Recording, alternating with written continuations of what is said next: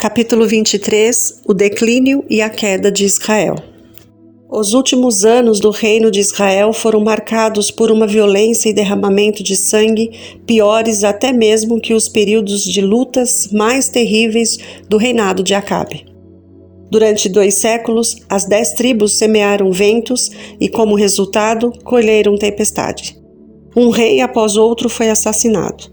Eles instituíram reis sem o meu consentimento, declarou o Senhor a respeito desses tiranos. Escolheram líderes sem a minha aprovação. Oséias capítulo 8, verso 4. Aqueles que deveriam ter se apresentado às nações da terra como guardiões da graça divina, traíram o Senhor, uns aos outros. Oséias capítulo 5, verso 7. Por intermédio de Oséias e Amós, Deus enviou mensagem após mensagem, insistindo para que se arrependessem e ameaçando-os com calamidades. Vocês plantaram a impiedade, declarou Oséias, colheram o mal e comeram o fruto do engano. Visto que vocês têm confiado na sua própria força e os seus muitos guerreiros. Quando amanhecer aquele dia, o rei de Israel será completamente destruído. Oséias capítulo 10, versos 13 a 15. Incapazes de reconhecer os terríveis resultados de suas más escolhas, as 10 tribos deveriam em breve se tornar como peregrinos entre as nações. Oséias capítulo 9, verso 17. Alguns líderes lamentaram profundamente a perda da honra e autoridade que tinham e desejavam recuperá-las. Mas continuaram praticando a maldade, enganando-se com o pensamento de que poderiam conquistar o poder político que desejavam, fazendo alianças com os pagãos, fazendo tratados com a Síria. Oséias capítulo 12, verso 1. O Senhor mostrou muitas vezes às 10 tribos e as más consequências da desobediência. Contudo, mesmo com todas as reprovações e apelos que recebeu, Israel afundou-se mais e mais na apostasia. O Senhor declarou: o meu povo está decidido a desviar-se de mim. Oséias capítulo 11, verso 7. Durante os últimos 50 anos, antes de serem capturados pelos assírios, a maldade em Israel era semelhante aos dias de Noé. Ao adorar Baal e Astarote, o povo cortou o contato com tudo que edifica e engrandece e se tornou uma presa fácil para a tentação.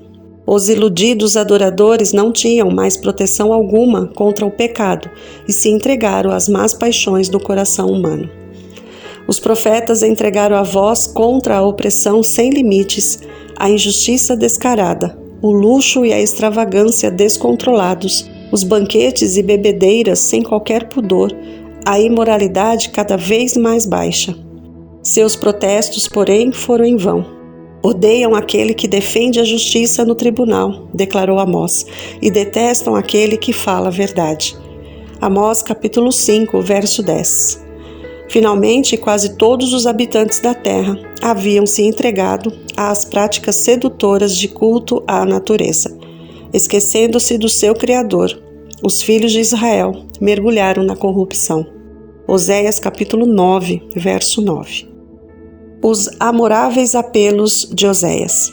Os transgressores tiveram muitas oportunidades de se arrepender.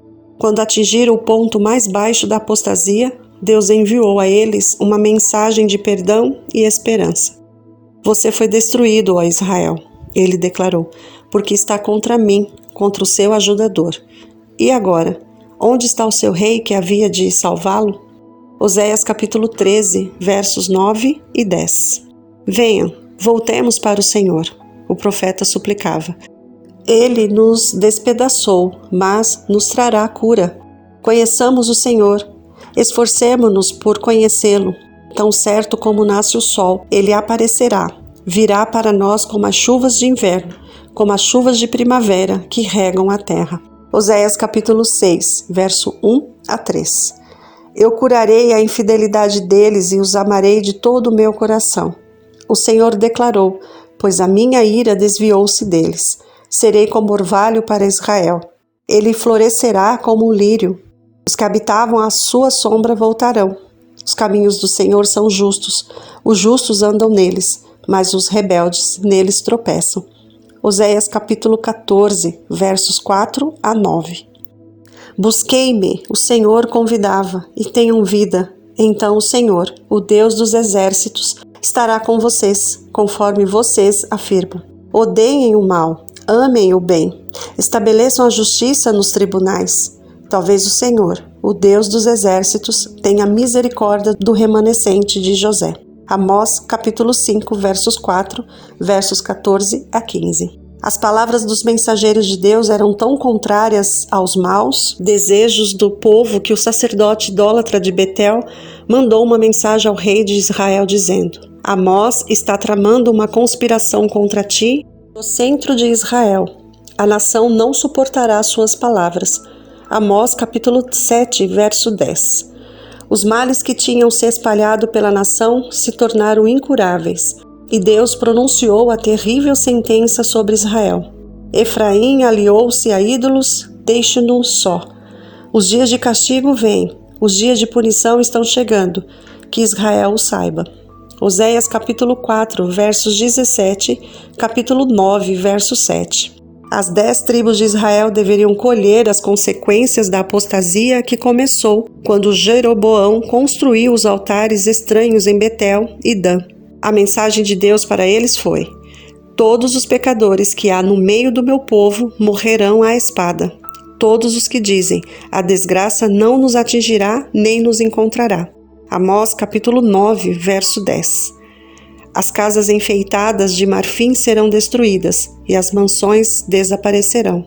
E Israel certamente irá para o exílio, para longe da sua terra natal, porque eu farei isto com você. Prepare-se para encontrar-se com seu Deus, ó Israel. Amós capítulo 3, verso 15, capítulo 7, verso 17 e capítulo 4, verso 12. Juízos adiados por um tempo. Deus adiou por algum tempo os juízos profetizados, e durante o longo reinado de Jeroboão II, os exércitos de Israel conquistaram grandes vitórias. Mas esse período sem aparente de sucesso não produziu qualquer mudança no coração do povo não arrependido. Finalmente saiu o decreto: Jeroboão morrerá à espada e certamente Israel irá para o exílio, para longe da sua terra natal.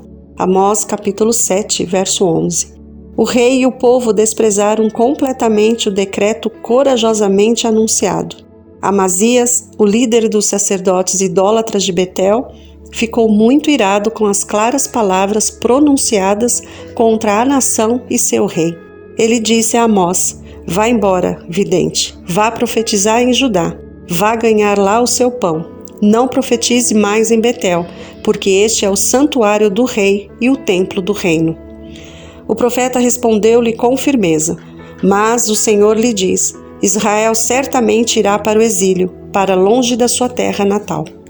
As palavras que Amós disse contra as tribos apóstatas se cumpriram à risca, mas a destruição do reino ocorreu de forma gradual.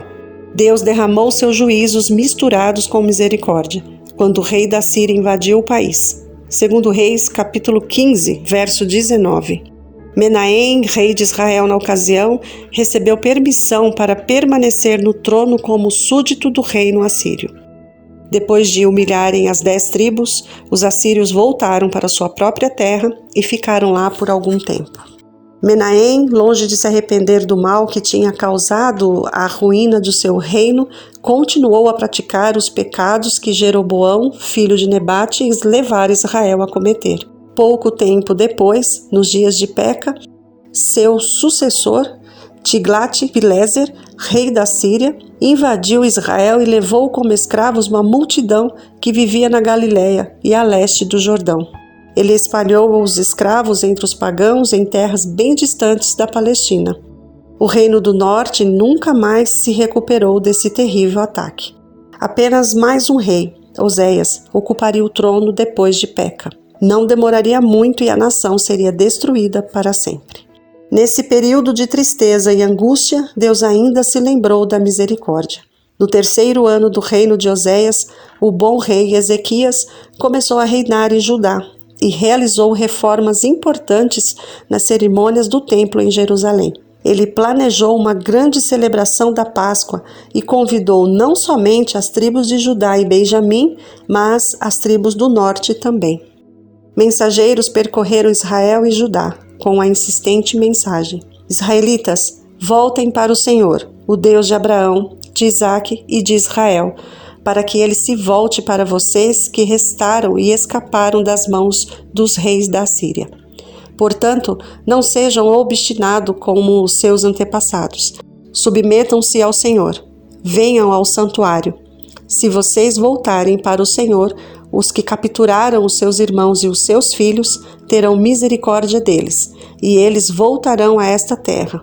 Pois o Senhor, o seu Deus, é bondoso e compassivo. Ele não os rejeitará, se vocês se voltarem para ele.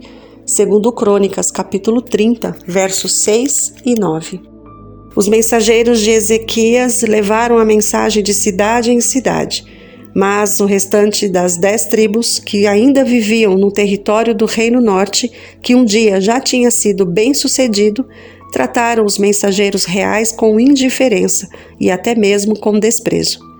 Mas o povo zombou deles e o expôs ao ridículo. Umas poucas pessoas, porém, de Asser, de Manassés e de Zebulon, humilharam-se e foram para Jerusalém para celebrar a festa dos pães sem fermento. Segundo Crônicas, capítulo 30, versos 10, versos 11 a 13. O fim veio rapidamente. Aproximadamente 2 anos depois, os exércitos assírios sitiaram Samaria e multidões tiveram uma morte miserável, quer pela fome, por doenças ou pela espada. A cidade e a nação foram destruídas, e o que restou das 10 tribos foi espalhado pelas cidades do território assírio. A destruição do Reino do Norte foi um juízo direto do céu. Por intermédio de Isaías, o Senhor se referiu aos exércitos assírios como vara do meu furor, em cujas mãos, disse ele, está o bastão da minha ira. Isaías capítulo 10, verso 5. Israel insistiu em se recusar a se arrepender. Por isso o Senhor o afligiu e o entregou nas mãos de saqueadores, até expulsá-lo da sua presença, cumprindo as claras advertências que enviou por meio de todos os seus servos, os profetas. Assim, o povo de Israel foi tirado de sua terra e levado ao exílio da Assíria, porque os israelitas não obedeceram ao Senhor, o seu Deus, mas violaram a sua aliança. Segundo Reis, capítulo 17, versos 20, capítulo 23, versos 18 e 12. Deus, em sua sabedoria e misericórdia, enviou os terríveis juízos sobre as 10 tribos com o objetivo. Aquilo que ele não podia mais fazer por meio do povo em sua terra natal, procuraria realizar espalhando-se entre os pagãos. Nem todos os que foram levados como escravos eram rebeldes. Alguns tinham permanecido leais a Deus, e outros tinham se humilhado perante ele. Por intermédio deles, Deus faria com que multidões no reino assírio conhecessem o seu caráter e as bênçãos da sua lei.